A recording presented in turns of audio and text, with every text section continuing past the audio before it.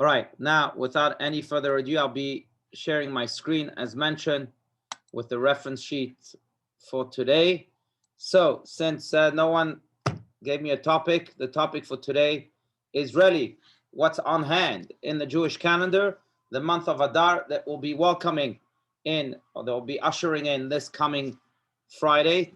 In fact, to be more exact, Thursday night, Friday, and then Shabbat. There are 2 days of Rosh Chodesh this month, welcoming in this special, very special month of Adar, the month that is highlighted, of course, by the miracle and the festival of Purim, which is celebrated with tremendous joy. So I want to focus a little bit on the special meaning of this month, and then we'll jump to the story of Purim and draw 3 life lessons from this miracle story of Purim. So the month of Adar, first and foremost, again, which begins tomorrow night, has a few halachot, a few Jewish laws and Jewish ideas attached to it. Let's read a few of them. Does anyone want to read here the first reference? Anyone? Anyone? Okay, Julie, I see you raising your hand. Yes. Okay. Yes. By the way, you can just unmute yourself if you want to read. Yes, go ahead, Julie, please. Okay. Our sages teach that when Adar comes in, we must increase happiness. This is also a month in which our mazal is enhanced. Thus, if one has a court case with a non-Jew, one should try to have it during this month. Beginning Rosh Chodesh Adar, some have the custom to hang a sign which says Mishnichnas Adar Marbim Bezimach. When Adar comes in, we must increase happiness. Very good. Excellent. All right. So as we see, yes, Janet. No, go ahead, and then I'll have a question about this. But go ahead. That's the question. Go for it. Go. So on the second point, it says, thus, if one has a court case with a non-Jew. Why do they preface it that? So it's a good question. So the idea is really based on the story of Purim. And in the story of Purim, we find that really we, as a nation, had a court case against Haman, who wanted to exterminate us. He picked the month of Adar in order to exterminate us. And thank God, things were good. We became victorious and he failed. So based on this idea, we feel like this is a month of tremendous luck for the Jewish people. And therefore, if one has a court case with a non-Jew, then one should have it, which should schedule it during this month, a month in which our mazel, our fortune is enhanced. But I will add to that. I think the main idea that the halacha year is trying to convey is that this is a month, as mentioned, in which our mazel, our luck is enhanced. Now, that means that if you have a court case, or it means also that if you have maybe a surgery, or God forbid, or if you are moving homes when you always need a little extra portion of fortune, or whatever other circumstance you may find yourself in which you say, oh, I need some mazel now, then try to schedule all of those circumstances during this month of Adar. I don't think it has anything particularly against non-Jews, God forbid, but rather it focuses on this idea that we are all blessed with this extra mazel on this month. Now, I also want to point out something that we may overlook right here in this phrase that says that when Adar comes in, when this month comes in, we must increase happiness. Is, by the way, a phrase that was first mentioned in the Talmud some 2,000 years ago. Again, because this is a month in which we are truly happy about the great miracle that God gave us. If not for that miracle, we wouldn't be here. We wouldn't be learning together. But what this line also alludes to is that we must always be happy, right? It's just that when Adar comes in, we must increase that happiness. So let's not forget that happiness is not just allocated to 1 month of the year. In fact, it's a duty to be happy. God tells us, "Ivdu et Hashem b'simcha." It's not a mood related idea. It's not a feeling even. It's really a duty. We must be happy all the time. It's a moral duty. I know that Dennis Prager who wrote "Happiness is a Serious Problem," uses the example of brushing your teeth. It's almost a moral duty to brush your teeth. Why? Because then you'll be, well, today everyone wears masks. So maybe it's not relevant for today, but then you'll be spreading bad breath everywhere you go. So really, as your moral duty to society, and especially in the interactions that you have in society, you should brush your teeth. I would say it's the same thing with happiness. Happiness is contagious. And therefore, it's a moral duty to be happy all the time. Because if I'm happy, then my surroundings will be happy. Like I tell my children in the morning when they go to school sometimes, just half woken up, then that they can't forget to smile. Because if they smile, the world will smile back at them. And if they cry, then the world will cry back at you. So really, it's an effect that we have in society. And therefore, our duty is truly to be happy all the time. Just when the month of Adar comes in, we must increase in happiness. We must be extra happy, not just because our muzzle is enhanced, but also maybe as a sign of gratitude to God for performing this amazing miracle that saved us from existential extermination. That's why this month is so special. Just to go, before we get into the story of Purim, but just to go into what the Kabbalists have to say about this month too, beyond the idea that every month, of course, has its own symbolism. Every month is also allocated to a different astronomical sign that has also its own significances. But beyond that, the word for Adar, the word that is used for this, to name this month, Adar, is actually a combination of two Hebrew words, as the Kabbalists explain. The word Aleph, or the letter Aleph, and the word Dar, Aleph, Dar. The Kabbalists point out that Aleph really represents God. God is the only one. We say Hashem Elokeinu, Hashem Echad. In the Shema, God is one. Aleph has the numerical value of one. So that singular letter Aleph represents God, and Dar in Hebrew means dwells. And that's because we believe that God dwells in this month perhaps more than he dwells in any other month. Aleph, Dar, God dwells in this month. And again, that in and of itself increases our happiness, and that in and of itself also enhances our mazel, our good fortune during this month. Okay, so that's... I have a question. Yes, please, sir. Is it always the month of February? Oh, good question. So as you know, the Hebrew calendar follows the lunar system, and the Gregorian calendar follows the solar system. So they don't always match.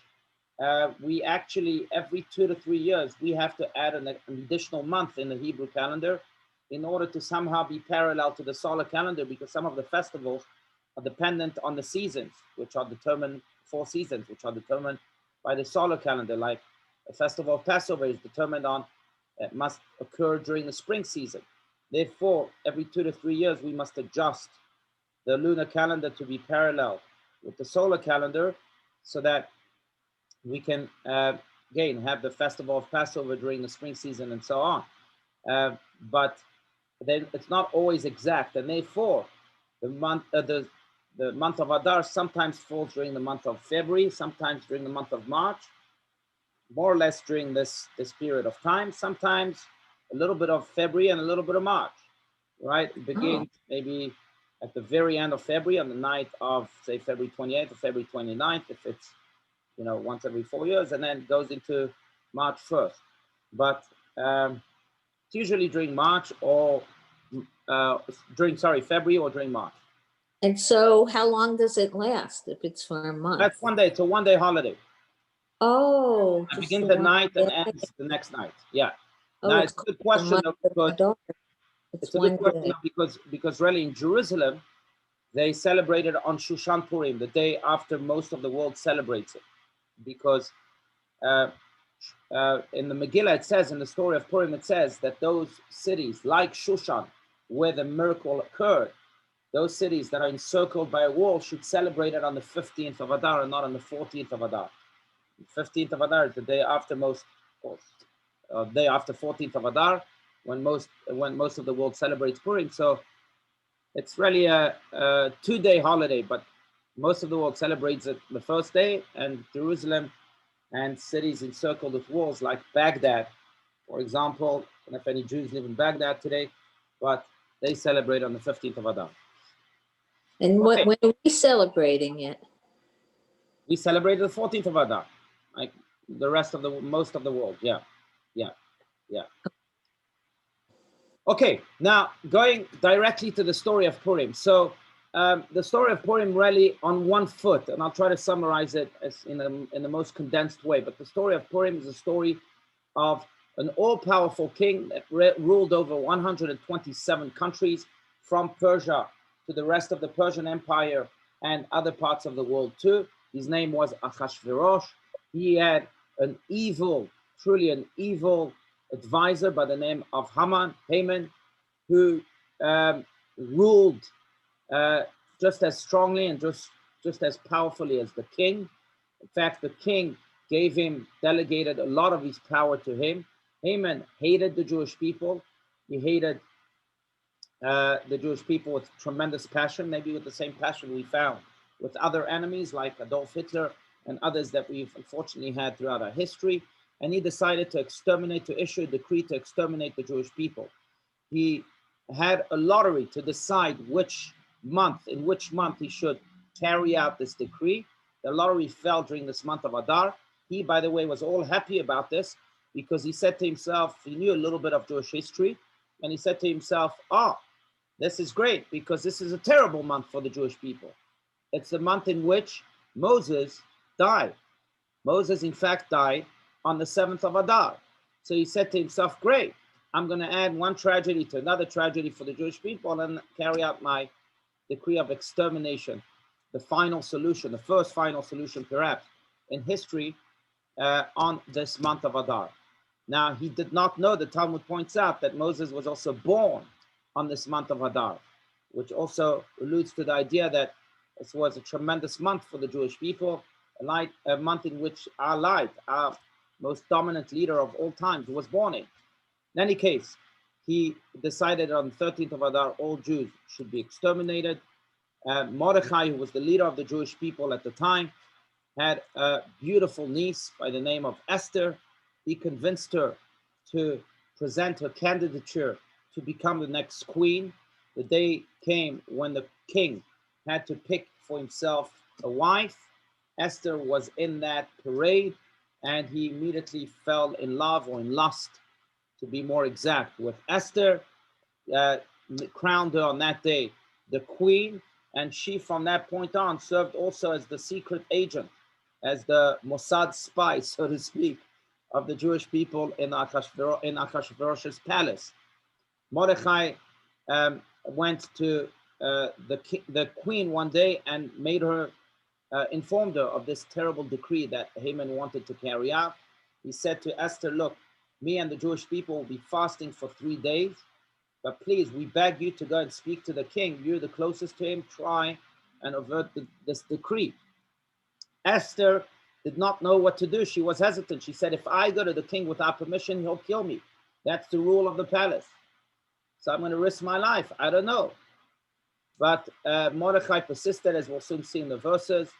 Esther agreed. She fasted for 3 days. After 3 days, she went to the king. Thank God nothing happened to her. At that short meeting, she invited the king to a feast with Haman. The feast happened the next day. During that feast, she didn't say anything, which was a brilliant psychological trick if you think about this, because Haman was, Haman's ego swelled up. His arrogance reached a new high, saying to himself, look, the queen invited me, just me and the king. I must be so important that just the queen decided just to invite me and the king to the feast. But that really was the beginning of his descent. The next day, they had another feast, her request. That's when she told Ahasuerus, yeah, this evil man sitting with us wants to exterminate my nation. The king became, of course, livid, and he went out. In the meantime, Haman bowed down to the queen, to Queen Esther, saying, please don't do this to me. The king comes back and says to her famously, Agam lichboshi et hamalka b'bayit, are you also going to conquer my queen, Haman? What are you trying to do here to my wife? And there the king decides to hang Haman. But it wasn't over, because the decree was still valid. So the queen decided to ask Ahasuerus then also to annul this decree. He agreed. He appointed Mordechai instead of Haman He was now hung and sentenced to death. And Mordechai decided, of course, to annul this decree with the stamp of the king. And it was a great day of feast and of celebration for the Jewish people, a day in which their destiny was completely overturned and they were saved from complete extermination. It's a day, therefore, that is celebrated until this very day with great joy, great happiness in many ways, mainly in reading the Megillah to relive the story of Purim. Number two, by giving food baskets to one another to spread this happiness. Also by not forgetting the poor and giving therefore charity to the poor. And then before, by having a meal in our home in which we celebrate this great happiness, this great miracle, and we thank God for his tremendous compassion and at the same time for watching over the Jewish people each and every time. So that's the story of Purim on one foot. But there are three lessons I'd like to derive from this amazing story, the story of miracles, from three different parts of the story. There is one custom, as we all know, that we all have to disguise ourselves on Purim. I know in nowadays and age, everyone is somehow disguised with the COVID-19 mask, but and it's quite amazing to me because exactly a year ago, really, if you think about this, that's when COVID began on Purim, a year ago. And people were still making fun of the fact that, in China, they're wearing masks to protect themselves from this virus that was unknown then here in America, at least. So they disguised themselves with a coronavirus mask, with a K95, not knowing that, of course, this will become the norm just a few weeks later. It's just crazy.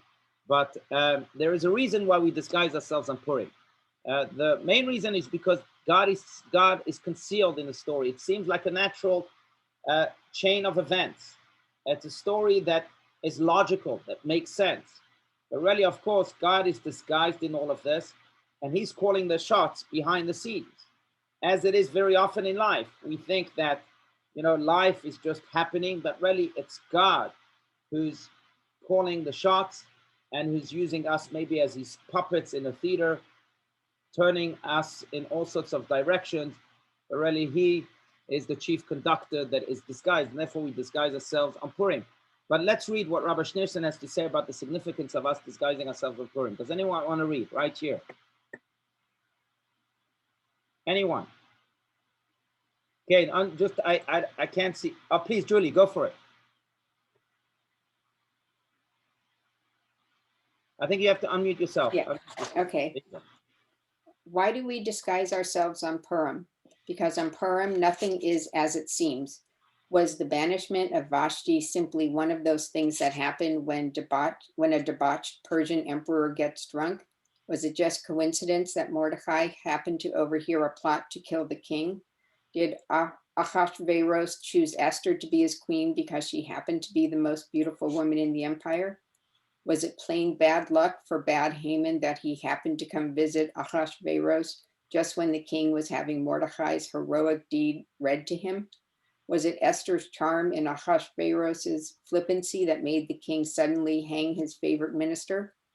Purim was instituted because the Jewish people at the time understood that it was God himself who did all of the above to save his people. He was just disguising himself as a Persian palace soap opera. Beautiful. And just one more reference, just that makes the same point. Go for it. The very name Purim, which in Persian means a goral, a lot, Haman has cast a random lot to determine the right day in which to kill all of Jews. This captures the message. In the end, Haman's toss of the pur happened within a grander context of a more profound pur, or lot, for the Jews. Right, so the very name Purim alludes to this big idea that in fact, all of life is a lottery. We think we're in control. We think we know what will happen next. No, I think the coronavirus has proved that to everyone. We thought our life was certain, our job was certain, our health was certain, fortunately, and God had different plans. Or as the Yiddish adage says, right? Maybe someone here will be able to say it in Yiddish. I can't, I don't remember it, but man plans and God laughs. Does anyone know it in Yiddish? Man plans and God laughs.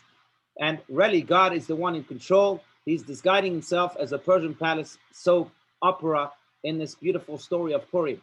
I think it's a point, and maybe it's the point of Purim. It's the lesson of this great miracle, but it's a point that we have to remind ourselves of each and every day. Because yes, as I often say, there are two plans to every day. There's our plan, our schedule, but there's also God's plan. And sometimes they don't synchronize. They don't go well together. And God's plan all of a sudden hits us with a surprise that we weren't expecting, a good one, or God forbid, a negative one. The question then becomes, how will we adjust? Will we be able to connect not just to what is happening, but also to the chief conductor that is making those things happen for us? Or will we remain completely oblivious to that chief conductor and be frustrated in this change of plans and sink in depression? What will happen? What will be our reaction? I think at times when things don't go our way, we have to give it away to higher power, saying, you know what, God, you're in control. Just please, and we can pray that, and we do pray that each and every day. Say, please make sure that whatever is happening should be for the good and should be for the revealed good, so that I could see it and I could celebrate it and I could see your blessing in it. You know, I'm reminded of the Great Opium War in 1840. I'm sure you've studied it in history books. In 1840, there was an opium war between China and Great Britain. And if you were reading a newspaper in 1842, say, you would say to yourself, gosh, all this bloodshed once again for this stupid opium war between two massive powers of the world. Why? There's no need for it. And no one really understood what this was about. The Opium War ended with a treaty that basically turned Shanghai into an international city. Now, no one again understood why this opium war, why this bloodshed. But if you fast forward 100 years, go to 1940, 1942, thousands and thousands of Jews are stranded in Europe with the Nazi regime. There's really nowhere they can escape to, except for one city, an international city that didn't demand any visa. What city? Shanghai. Shanghai, that was turned into an international city during that opium war that people thought was completely useless. 60,000 Jews ended up in Shanghai, escaping to Shanghai. And today, thank God, there are, from those 60,000, hundreds of thousands, if not millions of Jews that are alive because the city had been turned into an international city in 1842. Sometimes we don't understand why God does things on a grand scale or on a smaller scale. But time evolves and then things turn around and all of a sudden make sense. As Steve Jobs famously said, we can't connect the dots going forward, but very often we can connect them going backwards. And then we see God's wonders all made sense. And this is really the story of Purim. You know, I think I've shared the story with you, but since he was such an integral part of our community and in his loving memory, I want to share the story with you again. But many of you know him. I'm sure you all know Kenny Melech. His father, I called him lovingly Tzvi by his Hebrew name. Tzvi Melech passed away at the age of 101 just a few years ago. And he once told me his life story, which is astounding. You know, we think we have it difficult. Then you hear these elderly people that are 90 years old, 100 years old, and you say to yourself, gosh, we're so spoiled.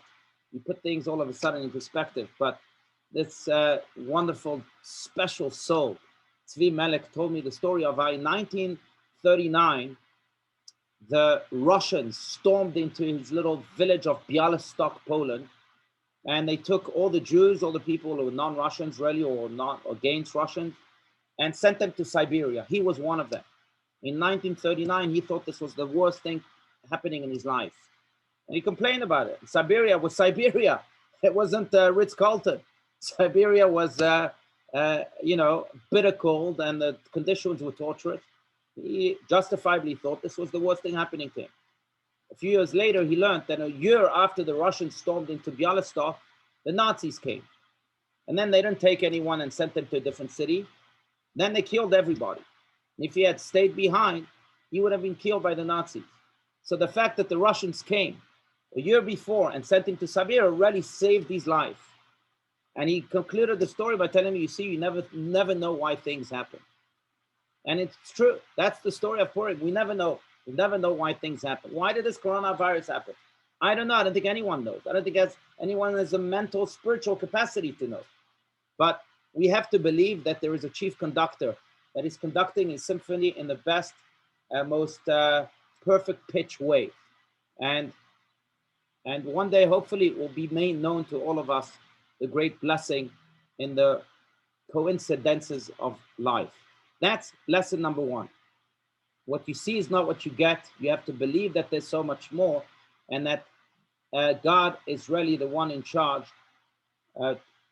creating for us this beautiful tapestry that we will be exposed to one day, and hopefully sooner rather than later. Number two, a second lesson I'd like to derive from the story of Purim. Of course, there are many more than 3 lessons. I just picked 3 today. Is the lesson of going all the way. It's interesting to note that the story of Purim, as we read it each and every year on Purim, begins with this massive feast that Achashverosh made for himself, to celebrate himself, his ego, to celebrate his power and his governorship over 127 countries. Now, if you think about this, and if you read the story of Purim as it is in the Megillah, you come to realize that really there's no point of mentioning this feast. It's got nothing to do with the story of Purim. The story of Purim really begins when Haman it rises to power and issues this decree against the Jewish people. Why mention this massive feast that he had? And there are many reasons that are given, but let's read about the feast, and let's share an idea here that again reveals life lesson number 2. Does anyone want to read about this feast here the way it is described in the story of Purim in the Megillah? Anyone? That's the one. Julie, go for it. I guess you're the only one today. Go for it, please. Just unmute yourself again. There were spreads of white fine cotton and blue embroidered with cords of linen and purple on silver rods and marble columns, couches of gold and silver on a pavement of green, white shell and onyx marble. And they gave them to drink in golden vessels, and the vessels differed from one another, and royal wine was plentiful according to the bounty of the king. Right. So not only it doesn't make sense why the story of Purim mentions this feast, but what even more so, what does not make sense is all these details. Who cares what he had there? Oh, fine, it was a massive feast. Do I really have to know how wealthy? He was a wealthy king. So what? I have to know that he had silver rods and marble columns and couches of gold. And what's the connection? So here's one potential big idea. Why don't you continue, Julie? One more. Okay. When King Ahasuerus throws a party, he knows he has to go all in. This king would not settle for mediocrity or even normal standards of a feast. He will not just get away with doing a fine job. Never. If he can have it over the top, he will have it just that way. If he can drink for 187 days, so be it. If he can give his people a memory of a lifetime, this is what he will do, no less. Now, this king's motives were far from holy, but the Torah is telling us the story to teach us an invaluable lesson. Even this foolish king understood that in life, you got to give it all you got. You ought not to live a life of quiet desperation. Do not settle for smallness. Life calls on us to make it to the fullest. If even the Persian dictator understood this, how much more do we, God's people, need to understand this? Do not settle for smallness. Give life all you got. Utilize every potential, every resource, every opportunity, every faculty, and every talent. Do not squander a moment, and do not squander any aspect of your soul. Show up to life and to love with every fiber of your being. Hold nothing back. Dance to end of love. Celebrate to the heavens. Flex all of your spiritual and emotional muscles. Right. I think this idea is probably one of the most important educational ideas we can give our children and ourselves, especially in our day and age, because I'm of the opinion, I'm no psychologist or psychiatrist or anything like that, but I'm truly of the opinion, just as a rabbi who meets people, that I think what the greatest disease we have today is not the coronavirus. The greatest disease today is not even cancer. The greatest disease is not anything that makes big titles in newspapers and on the internet. I think the greatest disease today is this complete lack of self-esteem that we find in our children. And unfortunately, when you think less of yourself, you become less. And when you become less, you achieve less. And when you achieve less, the world becomes less. And I think that's really the greatest disease we have today. Now, therefore, this lesson. King Ahasuerus was the most foolish king maybe in history. And he was certainly not someone who was good in any shape or form. In fact, he sided with Haman for most of the story of Purim. But he knew, he understood life in the sense that he knew that when God gives you something, then go with it all the way. God gave me wealth, go with it all the way. Make your columns into golden columns.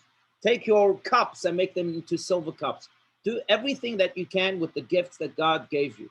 This is the lesson that we ought to learn from Ahasuerus, and we ought to teach our children. God gave you so many gifts.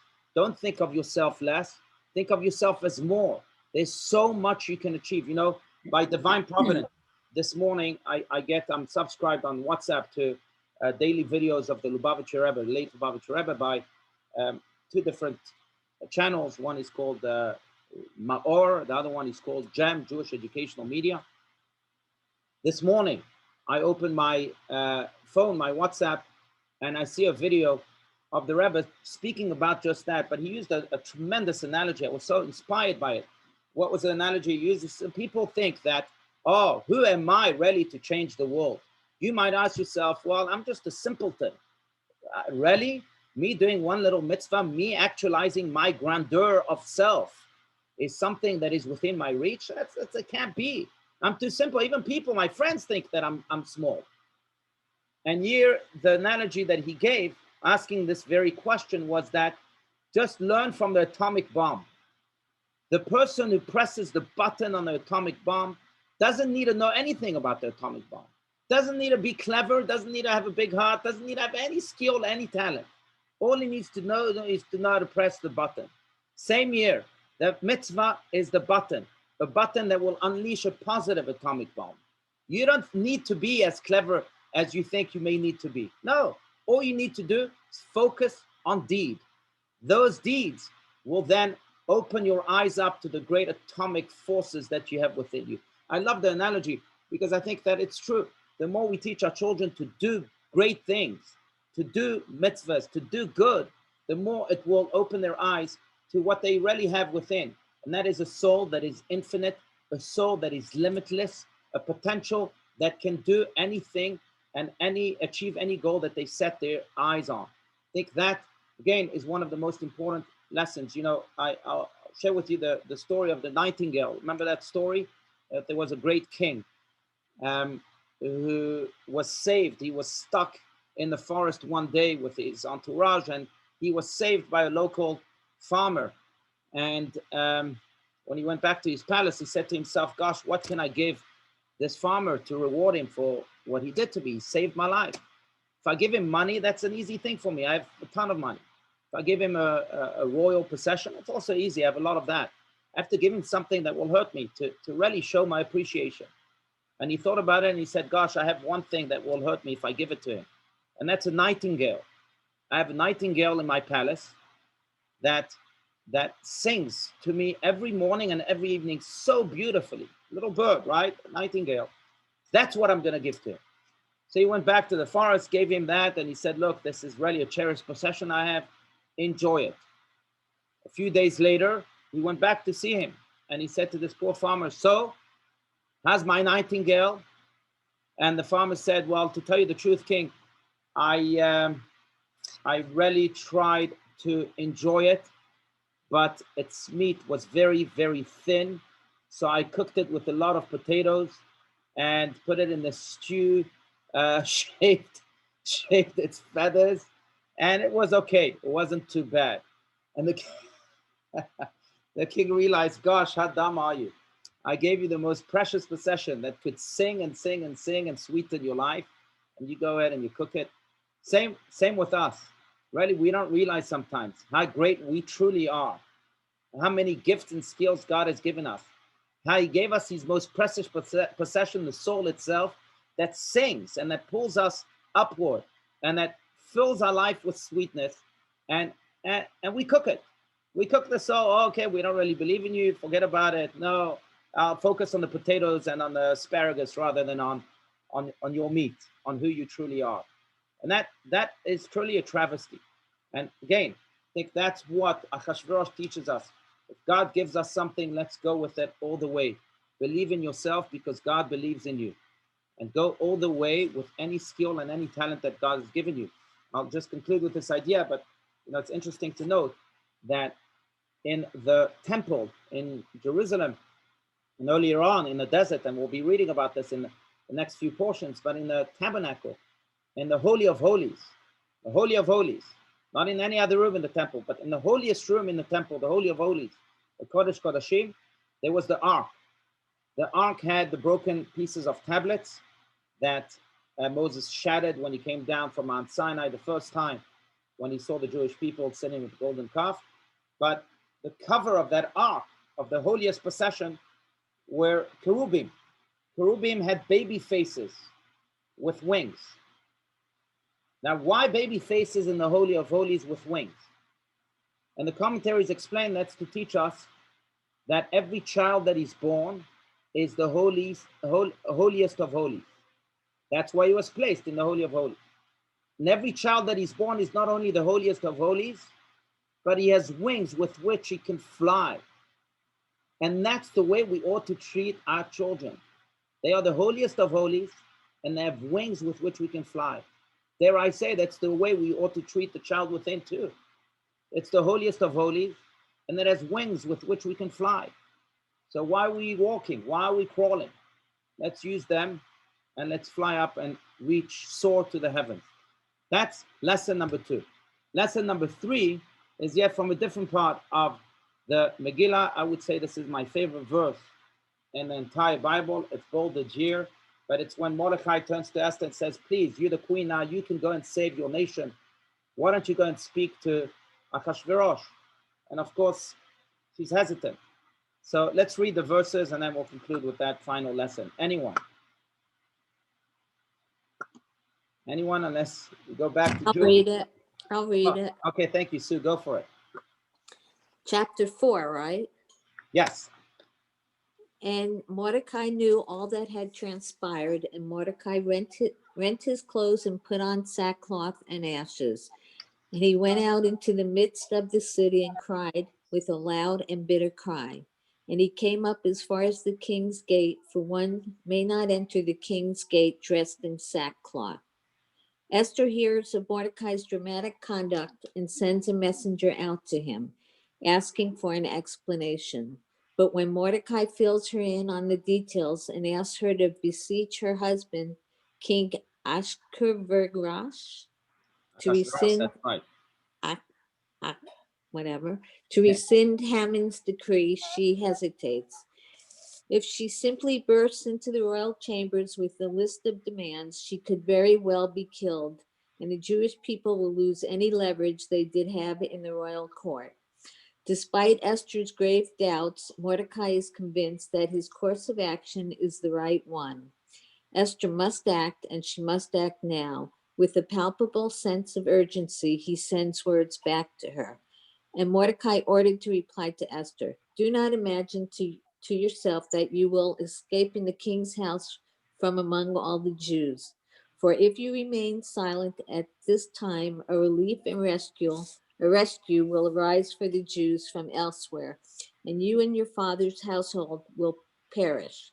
And who knows whether it was not for this moment that attained the kingdom. Beautiful. Okay, so she hesitates, and then Mordecai, thank you, Sue. And then Mordecai tells her this line. And again, it's my favorite verse in the whole Bible and the whole Tanakh. And that is, if you remain silent at this time, relief and rescue will arise from the Jewish people elsewhere. That's how confident Mordecai was. Think about this. He says, we don't need you, Esther. God is giving you the opportunity, so I would capitalize. I would seize it. But if you don't do it, God will find a different channel, right? Relief and rescue will arise for the Jews elsewhere. And you and your father's household will perish. Then he tells her, but who knows whether it was not for this that God made you the queen, for that moment that you attained the kingdom. Now, I think it's one of the most powerful lessons of life. Sometimes we are presented with opportunities. I believe every day we're presented with opportunities, big or small, and we say to ourselves, oh, I'm too lazy. No, not now. I'll push it off to tomorrow, or whatever excuse we may find. And we have to remember that every opportunity that is given to us because God believes in us and he wants us to fulfill the mission which we have in this world. Now, we should be thanking God for giving us that opportunity, because then God will give it to someone else. And we find this idea, by the way, in science. It's fascinating to me, but you know that we're not gonna bore you with reading the full reference here, but it's interesting to note that many scientific inventions throughout history were actually invented by two people, or maybe even three people, at the exact same time, and unbeknownst to each other, which alludes to this idea that when God decides to bring a blessing to this world, he will bring it. And many people may sense it. And someone senses it in Germany and someone senses it in America, because God is bringing the blessing. It's going to happen. The question then becomes, who is going to be brave enough, resilient enough, committed enough to draw down this blessing and introduce it to this world? Because if it's not the guy in America, it will be the guy in Germany. God is bringing down his blessing.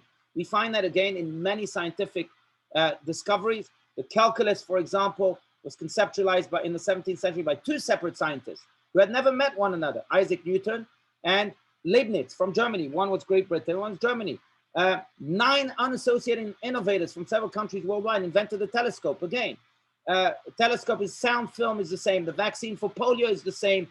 By the way, the vaccine for the coronavirus is the same. We know that by now. Moderna and Pfizer, maybe they knew of each other, maybe they did not. But the telephone is the same, by Alexander Graham Bell and Elisha Gray. The blessing was coming down. The question then became, who will be the one who will act like Esther eventually acted and said, okay, thank you, God, for sending this blessing to our world. I'll be your channel for it. We have these opportunities each and every day. And the question again becomes, are we going to seize them? Are we going to become God's blessing to the world? Or are we going to have someone else jump on those opportunities and do it because they're coming down no matter what? That's really the big question. If we say yes, then not only will our mission be fulfilled, but we will have become Queen Esther's, saviors in a way, heroes, each in our own way, to the world around us. If we say no, then God forbid, you and your, like Mordechai says, you and your father's household will perish. Not meaning, God forbid, perish physically, but perish. Your destiny will disappear. Your heroism will then evaporate. That's really the big idea. I want to share with you the story. I haven't yet, the story of Eddie Jacobson, but I think it's a story that epitomizes this.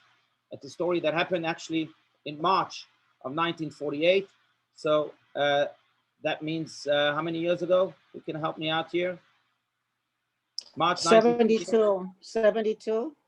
No, 73, because 2021, right? 73 years ago. No, 83 Well, years almost. ago. No. It's 72 or 73. Okay, 73 years ago. 72. 70, yeah, okay. So March 1948, the future of Israel was in limbo. I don't know if you know the story. It was in limbo. Why? Because Harry Truman, who was the president of the United States at the time, had made a promise that he would support the idea that Israel can declare its independence when the British forces leave it in May of 1948. But then he changed his mind. He saw that there was tremendous opposition to the fact that Jews can have finally the Jewish state, Israel, and he changed his mind. And no one was to change his mind now again. No one was to influence him to support Israel, even though he had made the decision to support it. The Zionist leaders did not know what to do. Chaim Weizmann wanted to meet Harry Truman.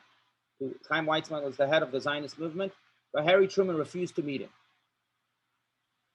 They didn't know what to do, and then they discovered that there was a Jew by the name of Eddie Jacobson, who was very good friends with Harry Truman. They were very good friends because back in the old days in Kansas City, they had a clothing store that they had opened together that, by the way, went bankrupt. But because these two people, Eddie Jacobson and Harry Truman, were people of tremendous integrity, they did not just file for bankruptcy and say to their debtors, you know what, we're not paying you back. but rather they said, we are filing for bankruptcy, and nonetheless, we're going to pay you back. It took them 13 years to pay back their debts, but they paid back every single cent. Anyway, they remained friends throughout the years. They even fought side to side in First World War together. And when Harry Truman became the president, he told Harry Truman, look, you're always welcome to the White House, Oval Office. You have an open invitation. Just one thing I'm asking you, don't talk to me politics. Eddie Jacobson said, fine. Zionist leaders now facing a very uncertain future for the declaration of the state of independence for the state of Israel, for the Jewish state. The only person they have left to turn to is Eddie Jacobson. They call him up and they say to Eddie, look, we know that you are good friends with Harry Truman. Please go and speak to him. He said, but I can't. I promised my friend that I'll never speak politics. They say, well, the whole history of the Jewish people is dependent on you. It's lying on your shoulders. Please go. Eddie Jacobson said, fine. He again was like Queen Esther. He said he was hesitant. And then they told him, well, maybe you came to this moment for this. So he said, fine, I'll go. He went. He spoke to Harry Truman. He said, look, I promised never to speak politics, but this is my nation, my people. Please at least take a meeting with Chaim Weitzman, who came all the way from Israel. He was in his 70s at the time, just to meet with you, please. Harry Truman was livid, was furious. The story is that he actually went outside just to catch a breath of fresh air because he was so livid. He came back and he told Eddie Jacobson, you know what, just because of our friendship, I'll take a meeting with him. The next day, a meeting was scheduled between Harry Truman and Chaim Weitzman. Chaim Weitzman had tremendous convincing powers. He convinced Harry Truman to support the state of Israel. And on May 14, 1948, as soon as Ben Gurion on Friday afternoon at 3 p.m., as soon as Ben Gurion made that announcement to the shock of the world, Harry Truman, the United States, the first country to support it, and the rest is history. Why? Because of one person who acted like Queen Esther, who acted like so many others in Jewish history, who seized the opportunity that was given to them. We know, we believe that the blessing was going to come down anyway, but Eddie Jacobson is fortunate enough to be written in books of history as the channel of God's blessing on March of 1948. Now, I truly believe that we are given opportunities like that throughout our lives. Small opportunities, certainly every single day. And the question becomes, what will become the channel of God's blessings to the world? Or will we retort to our quiet corners in hesitance and maybe in laziness and not heed the call? Purim teaches us that we have to heed the call each and every day. Or in Viktor Frankl's words, ultimately man should not ask what the meaning of his life is, but rather he must recognize that it is he who is asked. And to life, he can only respond by being responsible. Purim teaches us to heed the call, to become responsible. Every day, my friends, we live in a broken world. It's no secret. We have opportunities to pick up their phone and to make a call to someone in need, to help a person who needs his heart lifted, or just to smile and to emanate happiness, especially during this month in which we have to increase happiness. Let's heed the call. Let's be Queen Esther's in our own right. And then no doubt, salvation and redemption will come to us too. Amen. Amen.